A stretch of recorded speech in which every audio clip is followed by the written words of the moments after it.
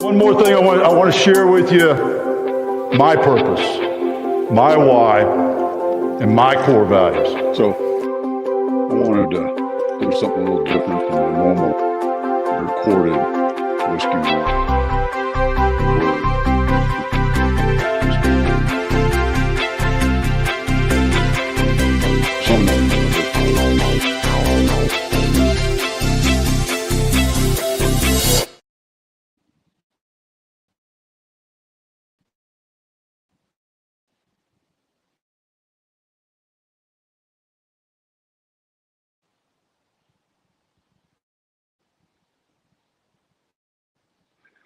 Trying this again. So if you read today's Monday Moments newsletter,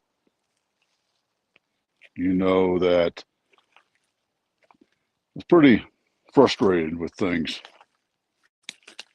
that we're that's happening here in the U.S.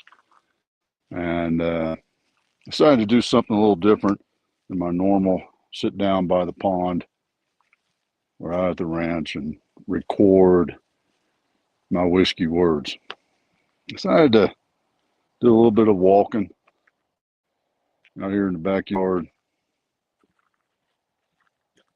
and share with you some thoughts on what's happening and what I think the solution is. You see, I've been working with different types of folks for a long time, from all walks of life, cultures, colors, religions, didn't matter. We had one purpose, and that one purpose kept us going, and it united us. The ironic thing is that purpose was defined for us. It was given to us. And what we have to do now is find that purpose. It comes from two places, but it starts for all of us in the same place. And that is right here. We all decide and discover what our purpose is and lead ourselves to fulfill that purpose.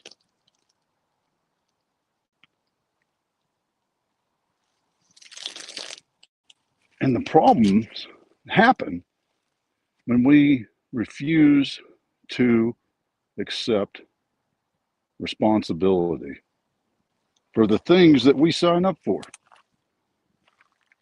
Here's what I mean. Something as simple as, well, it's not really simple. Something like being a dad. We're responsible. When we become a dad, we become responsible for children. And our job as a father, as a man, is to raise those children, is to set examples. To set examples for them so that they know what right looks like. If they do not have an understanding of what right looks like, because you as the father are not there, you as the father are not setting the example of what's important, what the values are to be successful as a man, then they can't have them. They never know what right looks like. And if you don't know what right looks like, how can you ever be right? How can you ever discover what needs to happen? You see, it's more than just men, though. It's society. Women have a role to set that same standard. Women, men, break things, fix things, fight things. Women nurture things. Women love things. Women teach us how to love. Women teach us how to give. Men teach us how to fix, how to fight, how to solve problems, how to move forward, how to lead. Women can lead too. They lead differently. But what I'm talking about right now is the fact that if you aren't taking responsibility, if you're sitting around and pointing at other people that it's their fault that something happened, it's their fault that they're in this terrible situation, then you, my friend, are the problem. Because it's not their fault, it's your fault because you're blaming. Blamers don't solve problems, they create more problems. That's what's going on. And it starts in the home. I'm not going to quote to you stats about broken homes because broken homes, yes, they're bad. Broken families are bad. It's terrible. It's tough on the kids. But there's solutions for that, and there's plenty of examples of people, men and women, who've come from broken homes and done well.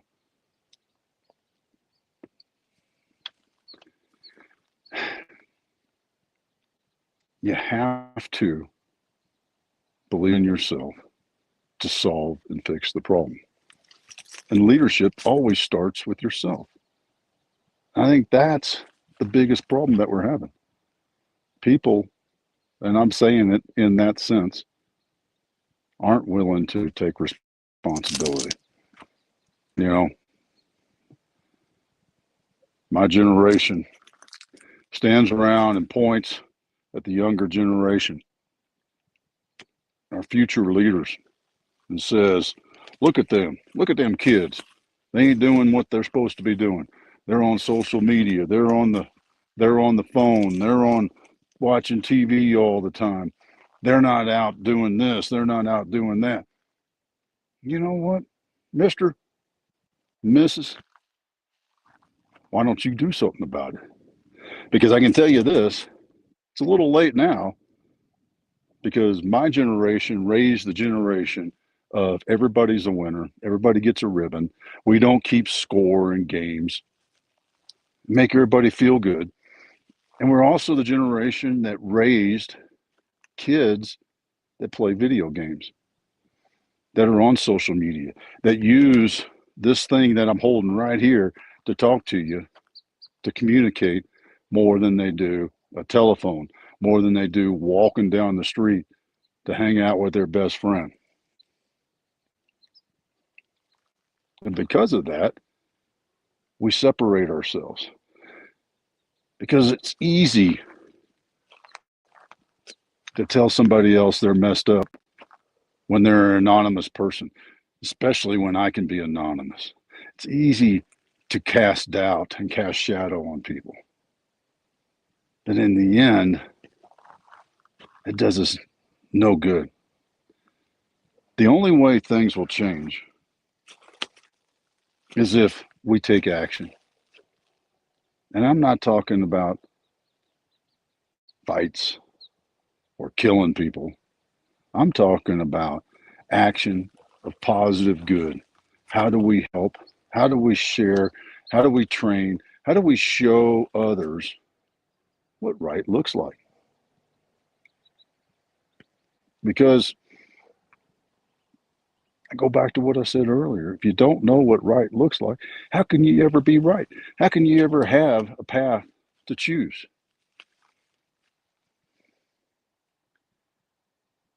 The challenge is, how do you do that? I've got a little bit of a platform here. I'm sharing, talking about it, teaching about it. I talk about it on our podcast. I talk about it in my whiskey words. I talk about it in my master classes. But you know what? So can you. And you don't have to get online. You don't have to do videos that you cast out thinking that maybe, possibly, maybe somebody might watch it. Somebody might think, okay, I agree. Or that was helpful. You can go down to the folks next door. You can do the simple things. The simplest thing can make the difference.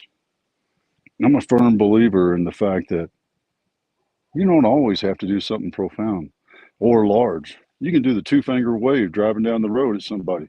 and change their attitude.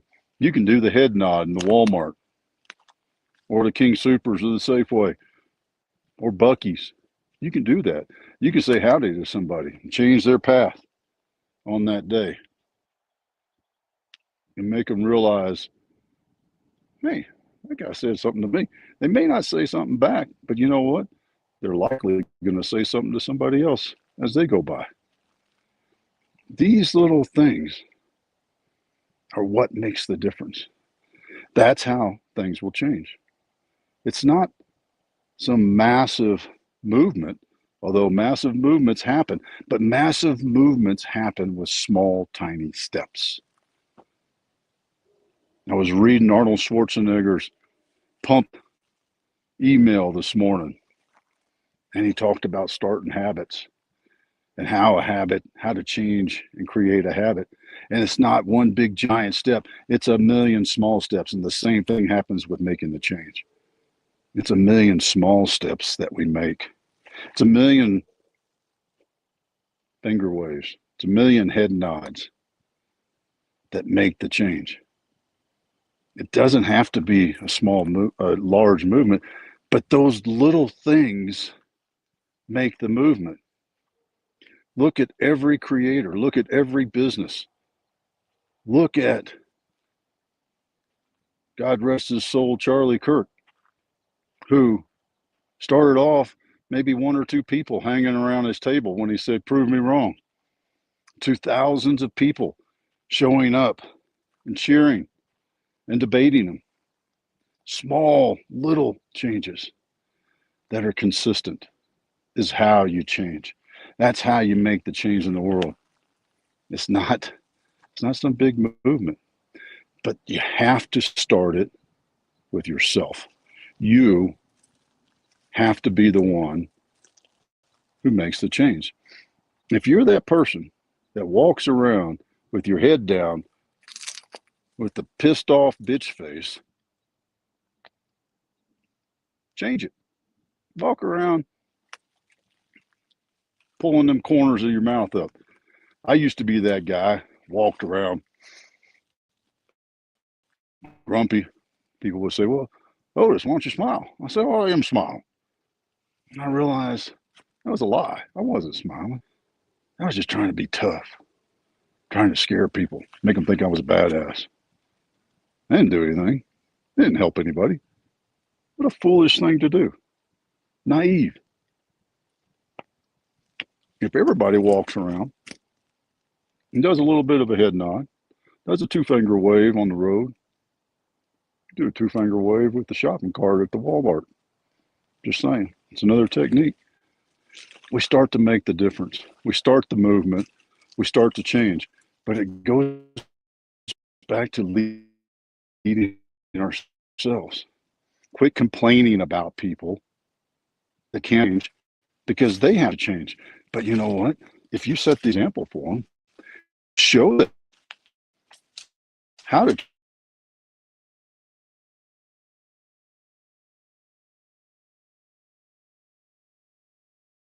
Pardon me. There we are. We're back.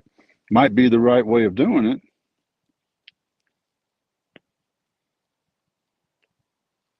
Then it starts a chain reaction.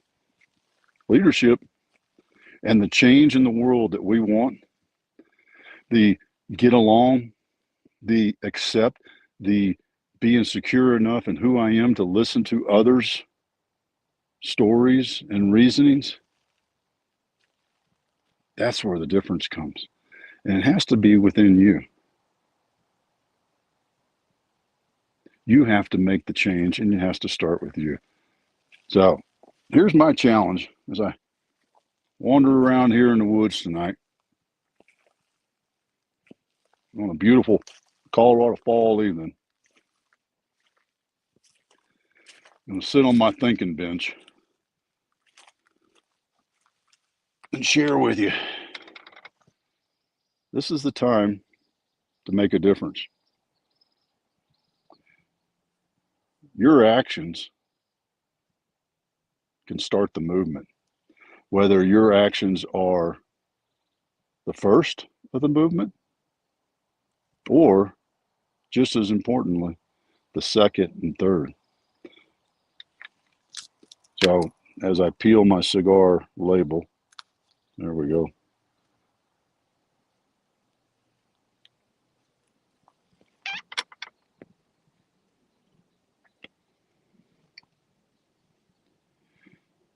Bottom line here is, if you want change, the change has to start with you. No change happens by yelling at people, blaming people for actions, for thoughts, for beliefs. The change happens when you decide to lead with it, to lead yourself and show others who you are, what you believe in, what your values are. That's where the change begins. Nobody's gonna change because you yell and scream. People change because they see something in you and they start to believe you, and they're curious. They're curious why others are listening. That's how we make change. That's how the world will be better and we won't have these problems. Idealistically, I believe that. I believe it is possible if we are all willing to do it. Now,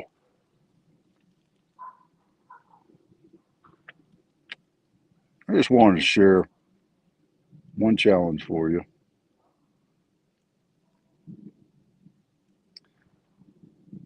Who will you give the opportunity to make their day better tomorrow? Who will you smile at? Who will you wave at? Who will you call up or send them a message and tell them, great job, thank you, love what you're doing, nice haircut, all of those things. It's up to you. The change lies within us if you're willing to take on the challenge and do it. Now,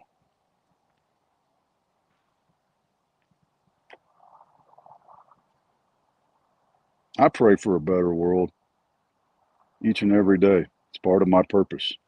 It's why we say at Tribe and Purpose, creating a legacy of great leaders, because we believe true leaders are always for good, and leaders make the change. They will lead us to a better world because it's what leaders do. Leaders are optimistic. Leaders are visionary. That's how we make the change. So stop complaining, stop pointing the finger, and start doing something different. Start thinking, how do I make this better? Thanks for joining me. And here's to making the world and the United States of America a better place.